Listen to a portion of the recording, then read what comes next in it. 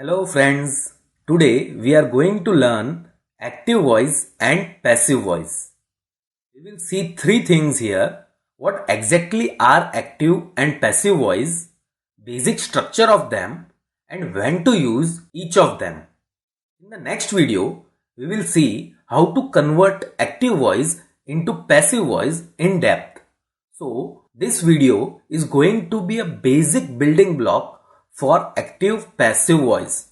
Please watch it till the end as it is very important topic of grammar and mostly asked in any competitive exams or academic exams. So let's get started. So what exactly is an active voice? In active voice, subject performs the action and object receives the action. For example, I love my subscribers. And yeah, it's a truth guys. Your support and comments motivates me a lot. Here are some of them. If you haven't subscribed yet, please do it now to get regular updates about the course. Now, back to our example. I love my subscribers. So, here I is the subject. And what is the action? It's love. And who is at the receiving end? It's you, the subscribers. So, in the active sentences, the sentence structure is straightforward. Subject plus verb plus object. Please remember this structure properly. Now, let's look into the passive voice. Passive voice is used to show interest in the person or object that experiences an action rather than the person who is performing it. Whole order is reverse here. You can note it. What does that mean? Let's say we have the same sentence that we looked previously. I love my subscriber. Here the subject I is doing the action. Sentence structure is subject plus verb plus object. In the passive sentence, the object takes the place of subject and subject takes the place of object with a by being added to it. So it's like this: object plus verb plus by plus subject. Here verb's third form is used. Now if I convert the sentence that we just discussed, it would be my subscriber are loved by me. Here my subscriber is the object, loved is the verb's third form, by me is the subject. Here my subscribers are receiving the action of love by me. Now, I think you are clear about the difference and the general sentence structure between the two. Please note that both the sentences I love my subscriber and my subscribers are loved by me are exactly same in the meaning. Now you might be thinking, if both sentences are identical in meaning, then which one to use? We generally use active voice only. Then your next question would be, then when to use passive voice and what's the need of it?